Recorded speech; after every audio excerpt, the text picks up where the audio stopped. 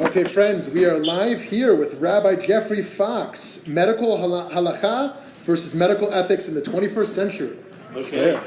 Thanks so much, Sir Shmuley. Your indomitable spirit and never-ending energy. I'll pass around sheets in just a moment.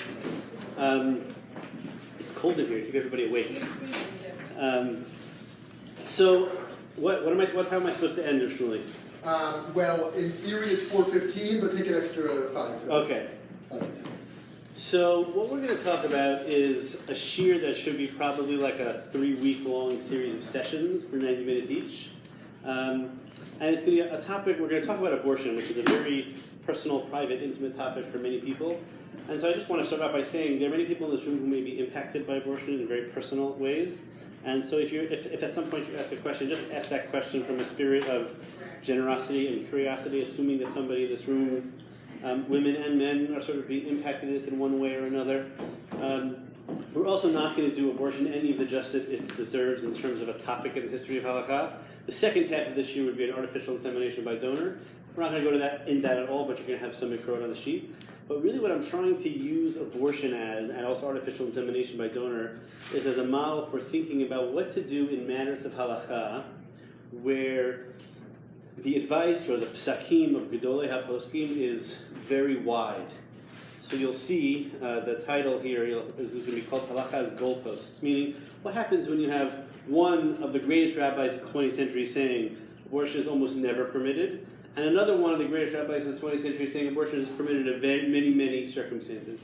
How do you make decisions in areas of halakha in which the advice, the psakim of the Gedolei HaPoskim is so varied? So obviously there's no way to cover this in depth in even in an hour. You just take one and pass. But what we're going to do is basically look at one paragraph or a paragraph and a half. Is there some heat over there? The air conditioning. So the air conditioning is even better. We're going to look at one paragraph from a tshuva of Rav Moshe Feinstein, basically the last paragraph of a lengthy tshuva, and then we're going to look at a paragraph and a half from a tshuva of the Tzitz Eliezer, Rabbi Eliezer Waldenberg. Rav Moshe's tshuva first appeared as an article in a memorial journal volume for Rabbi Cheskel Abramsky. The title of that article was Al Din Harigat Ha'ubar, regarding the law of killing the fetus. So before you even read anything Rav Moshe says, you kind of already know where he's going. And as we'll see, Rav Moshe is clearly living in a world in which he's responding to something going on outside of the walls of MTJ, outside of the walls of his own yeshiva. So take a look. We're going to do it backwards here. I started with the Tzitz Eliezer, but it's more interesting to do it backwards. So if you look at on page number 4, actually 4 is the Hebrew, we're going to do it in English. On the top of page number 5, this is basically the last paragraph of a lengthy tshuva of Rav Moshe Feinstein. It is difficult to impugn Rav Moshe. I don't mean to say anything negative. All I want to do is read the last paragraph of his tshuva, and you tell me what's going on. So I'm going to read it just in part for the sake of the Facebook Live. I'm just going to read this paragraph 1 through from the beginning to the end, and you tell me a little bit what you think you hear is going on in the background. He writes, I wrote this in response to the moral breach in the world. He's writing in the early 70s. It's soon after Roe v. Wade. That many governments of different countries, including Israel, legally permit aborting fetuses. Countless fetuses have already been aborted in our times. There is an additional need to protect the Torah, and all the more so, not to vote la'asot kulot in support of the severe prohibition of murder any further. So he refers to this, the destruction of a fetus, as the prohibition of murder. For I was astounded when I saw the response of one rabbi in Israel addressed to the administrator of the Shaarei Tzedek Hospital, that's the Tzitz Eliezer, Rabbi Eliezer Waldenberg, published in the journal Asya, that allows for abortion even after the first trimester for fetuses who, according to medical tests, will be born with Tay-Sachs. Rav Moshe is responding to Tzitz Eliezer's permitting abortion for Tay-Sachs, where Tzitz Eliezer goes further and permits ultimately for even fetuses diagnosed with Down syndrome. And from this angle, the rabbi began his legal rulings by asserting that according to many legal experts of Jewish law, aborting fetuses is a rabbinic prohibition opposed to a Torah prohibition. And even if it were a Torah prohibition, it is only because of the requirement to populate the world and not connected to the prohibition of murder. As I wrote, it is clear and straightforward that the explicit Jewish legal ruling, according to the sages, scholars, and legal decisors, is that abortion is absolutely prohibited as considered actual murder, whether the fetus is kosher or a mamzer, normal or known to have tay-sex. No one should err and follow this rabbi's response and allow this, written and sealed for the sake of heaven. So Rav Moshe Feinstein, refers to abortion as murder. That's as close as you'll find in halachic writings to basically what we would call in America pro-life. That abortion for Rav Moshe Feinstein is not permitted unless the mother's life is at stake. That's all, because we're talking about murder. So if the baby can be categorized as a rodef, the baby is threatening the life of the mother, so then we can abort the baby for the life of the mother. Anything short of that, says Rav Moshe in this very lengthy tshuva, is totally prohibited because we're dealing with murder. But he says something in that opening sentence. What do you think is the key line? What do you notice in that opening sentence? Right, he's clearly responding to something going on in the world. Now, that's not to say that he doesn't quote lots of texts.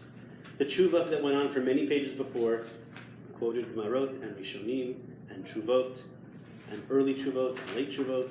Rav Moshe is not going to write a tshuva out of whole cloth, but he is clearly responding to the sexual revolution, Roe v. Wade. He is very upset with the separation of sexuality and human reproduction. He doesn't like birth control. He is clearly telling us that he's responding to this moral breach in the world. So that's one very, very extreme position. Now go back to the position of the Tzitz Eliezer, which should be page number 2, I think.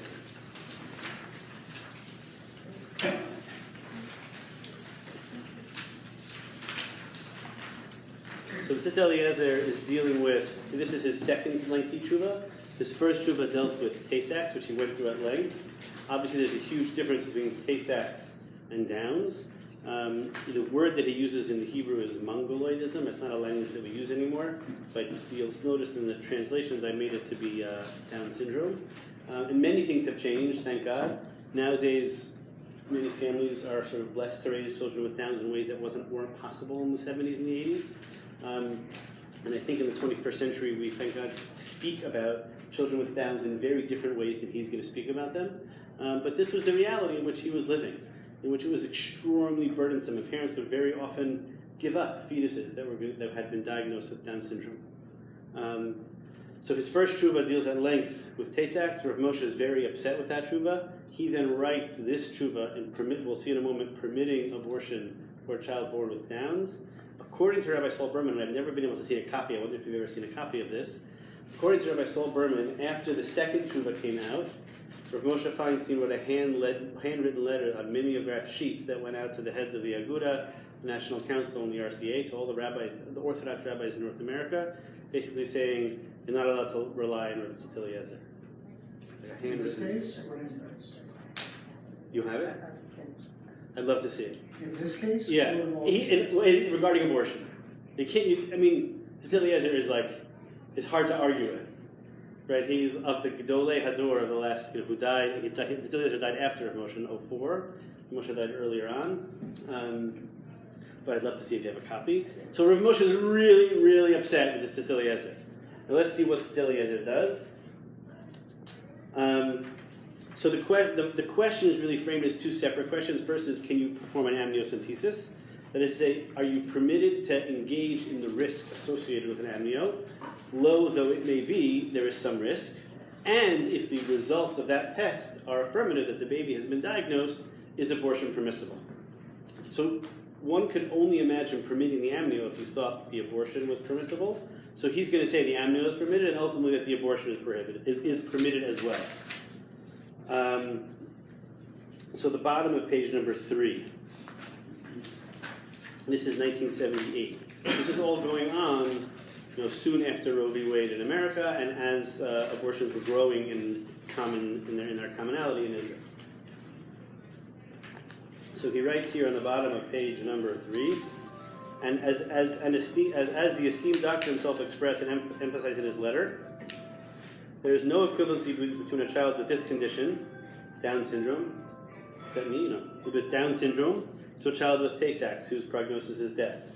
And a child with Down syndrome is entirely different than a child with Tay-Sachs. Therefore, no general heter can be applied to permit the termination of a pregnancy in the case of a fetus with Down syndrome. He's not going to say it's mutter, which he said in the context of Tay-Sachs. Rather, when the patient is informed of the test results, the doctor ought to send her, under the hospital administrative directive, to a rabbinic authority who decides matters of Jewish law with the data and the test results. And the rabbinic authority ought to extensively investigate the couple's psychological state relating to their situation. So he's giving pastoral advice. He's saying, I can't tell you that it's mutter in every case, but there are going to be circumstances in which it might be permissible. And then the rabbi has to will carefully decide based on his considerations of Jewish law, whether to permit the termination of pregnancy. And only after receiving authoritative rabbinic dispensation, it's interesting language, then the hospital administration may agree to perform the procedure on their premises. Just a word of clarification. In Israel, there are basically these ethics panels. Any woman who wants an abortion under any circumstance has to go through a panel of a doctor, an ethicist, and a rabbi. There are some hospitals, women will often choose their hospital based on the rabbi. In most instances, it's not an issue. The abortion is almost always granted. If you choose the wrong hospital and you end up going to a hospital that has a posek who might rule more like Rav Moshe, it's complicated. It's like in America, women choose not to go to Catholic hospitals at some point in their gestational period because they're a little bit nervous if an abortion might be required. So then it can be permitted. I emphasize that no blanket general rabbinic dispensation should be authorized, even though there's room to permit the termination in certain cases according to the sources and interpretation of Jewish law that I specified and explained in my two previous responses dealing with termination of a pregnancy when the fetus has a condition of Tay-Sachs. There is ample room to rule according to these sources and interpretations and allow termination in the case of a fetus with Down's syndrome. So this is quite amazing. On the one hand, Rav Moshe Feinstein refers to abortion, whether with Tay-Sachs or Downs, as murder. And on the other hand, Tzitz Eliezer says that it's permissible. Tay-Sachs is permissible in general, and if the fetus has been diagnosed with Downs, Tay-Sachs, the abortion is permitted, depending on the psychological makeup of the family. So, can you describe to me when you think Tzitz Eliezer might think it would be okay to have the abortion? What do you think? What psychological makeup do you think would lead to permitting the abortion? Is there a certain threshold of distress the parents would be under if the child had Downs, and it's really about how they're going to deal with it as opposed to the quality of life or the. Okay, good. So there's something, he uses the language of tsar ha'im, some kind of a distress, particularly of the mother. It's interesting. You quickly jump to the family, which I think is probably correct. But that's a very movable category, which would mean that there are some people for whom, if they have been diagnosed with a fetus with abortion, if they were to commit the abortion, it could be murder. And there are some people, if they were to do the abortion, it would be permissible. The very same physical act is either mutter or ritzicha. So that's like a pretty extreme goalpost, yeah? So, having been involved in many of these cases, very often, if there's a history of postpartum depression, then that is a fact that is taken very strongly into consideration. Right. So I think the Tzitz doesn't say it here, but the language that he uses, he is then quoted in other ways to bring in psychological distress. You could bring in financial questions. How many other children are there in the family system? There are all sorts of other factors that might be very significant in making this decision. But now let's do something different. Yeah, one more question, and then Just in this context, also, if that's the consideration, then the fact that the thing that's causing the distress is that the fetus has Down syndrome is kind of irrelevant. it's almost irrelevant. It could be anything. Yeah, the postpartum depression might be worse for Downs, but that would depend on the situation, yeah? Well, in the case of Rabbi Eliezer saying that in some cases it would be permitted, in some cases it wouldn't be, then one could argue that from his point of view, in neither case is it murder, Right. You'd have to Because say if it were murder, it would never be permitted unless the would mother. never be permitted, which means he has some other standard in mind other than murder to say yes. Correct. or You no. can't really say that it's for the Eliezer. It could never be murder. Murder is never permissible, permitted unless somebody's life, another person's life is at stake. But all this was just to do the following. I'm going to, for a moment, give everybody in this room smicha. You're all rabbis. Somebody walks into your office. You can finish with school. You're done. Somebody walks into your office and says, I want to have a conversation, Rabbi, because it's a couple. And they got pregnant. The woman is of an advanced maternal age. And they discover that the child has Down syndrome. How do you decide what to do? By what method will you, now the rabbi, you're the one who's going to, they're coming, the hospital administrator came to you and said, Rabbi, what do I do? So, how do you make the decision? What method do you use? Forget about what text you quote. What method will you use to kind of make this decision? What do you do?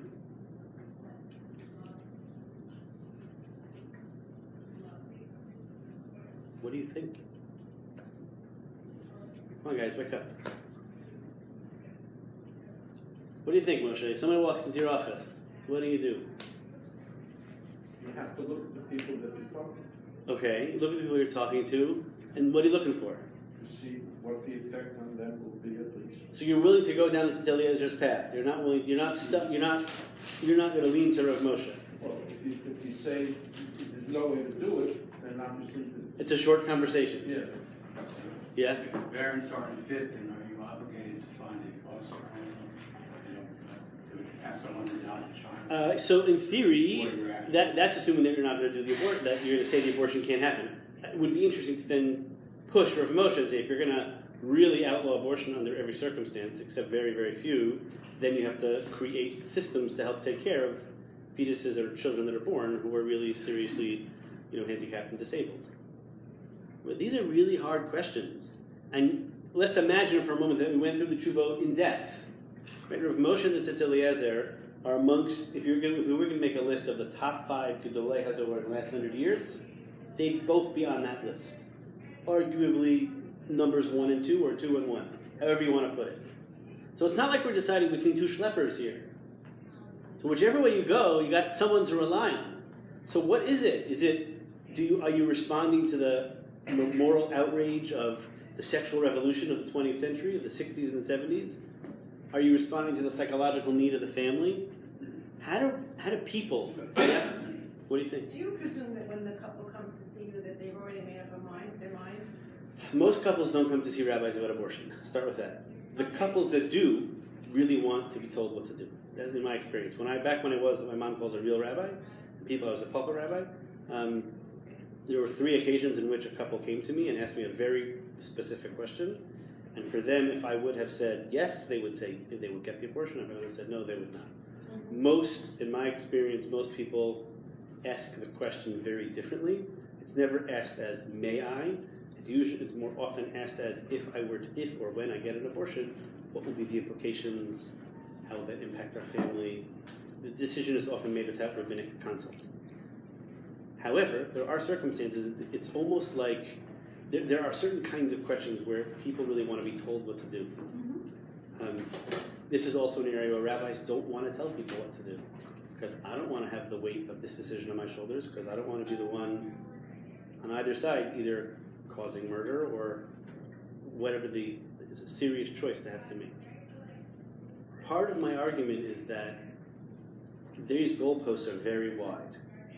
What it means to be a rabbi is to be able to find your way within those goalposts. And the goalposts are set, broadly speaking, by a history of texts of halakha. But I would like to put forward that those goalposts are wide, not only on matters of life and death, but on many more issues than our community wants to let us believe. It's not always so extreme, like murder and permissible, which is very extreme, but the goalposts are much wider and a much greater variety of issues than the Gedolei HaPoskim of the 21st century want to allow us to believe. And the challenge is not just to aseh lecha rav, because you can all have Rabbi Google. You can get all these sources in Hebrew and in English with a simple, almost It's a simple search. I'm sure it's all on Safari by now. The question is, what do you do with that information? How does the conversation go in that office? Whether it's in an ethics conversation in a hospital or in a rabbinic office in office hours, how does the conversation go in the 21st century when all the information is out there? I can't hide Rav Moshe's position, and I can't hide Eliezer's position. So when people came to me, they knew, people already kind of knew there was a Rav Moshe out there. It's interesting to think about the default assumption of most American Jews tends to lean towards Rav Moshe. The default assumption of many Israelis tends to lean towards Eliezer because of who they are. But I would argue that on a vast majority, on a huge number of issues, the goalposts are very, very wide, even though people are trying to convince us that the goalposts are in fact very, very narrow. Questions, thoughts? Yeah. Well, if you're going to a rabbi to talk about this, and I'm a rabbi, and I'm a hospital chaplain, then you have to pick a rabbi for whom you know the goalposts are wide. Because if you're going with the idea that if you ask a question, the rabbi you go to, you abide by the decision, unless you're going rabbi shopping to find out what you want. The key is to pick someone who is of the same temperament as you are in general outlook. Correct. And number two, I found that a lot of people who come want to know that the decision they know they probably will make is okay, and they're not doing something wrong Jewishly. Right, so here you have a very wide min hakatzeh la katzeh. You could sort of, it's pretty hard to imagine abortion that's not, almost really would not happen again. Also, reading Moshe Feinstein's Shula, he's a little bit wide as well because he says that allows for abortion even after the first trimester for fetuses. If he did not think that there was a difference between doing abortion prior to the first semester, trimester, and after, he wouldn't have bothered to write that. Right, so even for Rav Moshe, the first 40 days is going to be different, and the first trimester before quickening will be different. I mean, viability also sneaks up on the Eliezer because when he was writing viability, it was much later. Viability keeps moving back and back and back, which will also change the history of this halakha. One of the thought experiments is sort of related to what Rav Dina was saying, is that at some point in time, we're able to take a sperm and an egg in an incubator, and 9 months later, out can pop the baby. So at some point, viability is going to be at conception. So I don't know when that's going to be. It may not be in my lifetime, but it might be in my kid's lifetime. So this whole conversation about viability will then be a very different thing. And all of a sudden, embryos will become alive, as it were. And so this whole conversation becomes very, very different as the technology moves further and further ahead. Yeah, I suppose it's helpful also to kind of get to know the posek that you're reading by other shivot that they've written as well. Like it's Eliezer and Rav Moshe also have completely opposite opinions when it comes to IVF, in vitro fertilization, and that sensitivity tends to be more on the side of Rav Moshe. That the psychological piece tends to be more. And so to kind of, get a little bit of chizuk from the fact that even if you're kind of tending toward a Rav Moshe, it's not that like you're in this rigid mindset, right? Rav Moshe does have, or like if you're talking about elective surgeries, right? He's very sensitive, and then Tzitziel is very rigid about that. Right, so that's the flip side is also, that's in theory, the artificial insemination by donor, they sort of flip side. Yeah, so it's nice to see that it's not about one being more rigid in particular. Right. Different approaches, yeah. You see, your question is a sort of a theory of science. Yes. And so, I guess there's been a lot of recent writing on this, right? Daniel Sperber has this book, right, which is, and I guess the question is, that's not a halachic issue, right? In other words, a theory of psak is not psak, right? So you could have, and generally people, when they haven't developed a theory of psak, they develop from non-halachic or meta-halachic or social consideration that then impact, right? And so the question then becomes, it seems to me, is would Rav Moshe give that same psak today? So I have heard rumors, and I've never been able to substantiate it, that Rav Moshe paskin differently privately for individuals. Did you ever hear that? I heard it from Rabbi Love in the name of Rav Reuven Feinstein. That in private, with private women and men, private couples, Rav Moshe was willing to say, well, in this case it's okay. Right. And that's part of a theory of psak. Right. There is a theory of psak. That you write X right? and you... For the public.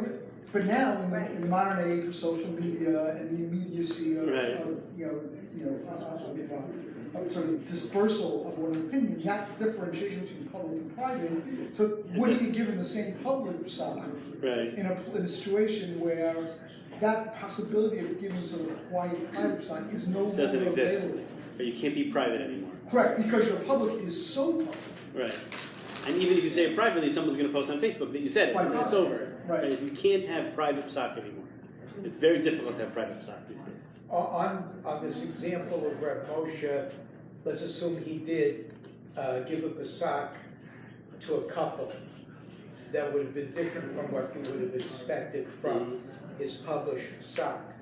I don't think it's so much private, but when you write and when you're with people and you see where they are and what they're going through, it's a different reality. I hope that's true.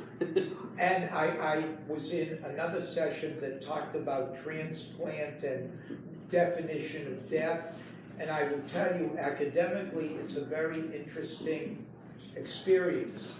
But when you're a hospital chaplain and you spend days and days in the intensive care unit with families who are being told what's happening to their loved ones, and you see what they do to resuscitate someone, and you see the actual, that has to inform a posting. They have to know what this looks like and feels like and smells like. But that's part of what made Eliezer amazing. Was he was at the Shaarei Tzedek hospital every day of his life. Right, so he was interacting with doctors and patients and sort of the real messiness. Rav Moshe had doctors around him in the family, but not quite the same kind of exposure. So I think part of what this kind of reminds me is what I heard one of my teachers once said: is there is no she'elah, there is only a sho'el. There's no such thing as an abstract question in halakha. There's only a questioner, and so that therefore part of what Rabbi Askaf is saying is that when the person in front of me is experiencing a great need, then I am drawn to that empathetically, and for me that is part of my experience of a theory of psak. And it is sad to me that there is a desire on the part of some poskim to imagine halakha as math instead of art, and that we're sort of losing the art of what it means to be part of the halachic system. And I guess part of what I'll end off with is a tefillah that each of you, when you become rabbis, each in your own way, will remember that the halachic system is simply not math, and it's not like you insert all the information into the black box and out pops the psak, but that in fact is an experience that is impacted through human interactions on a daily basis. Alrighty, have a terrific day, everybody. Keep dry out there. It sounds like there's a guitar coming. I don't know what the guitar's bringing. Okay, Rav Fox, thank you so much. So we're gonna we have some music and some food. Enjoy, then we'll move into our fourth session here. Shkoyah.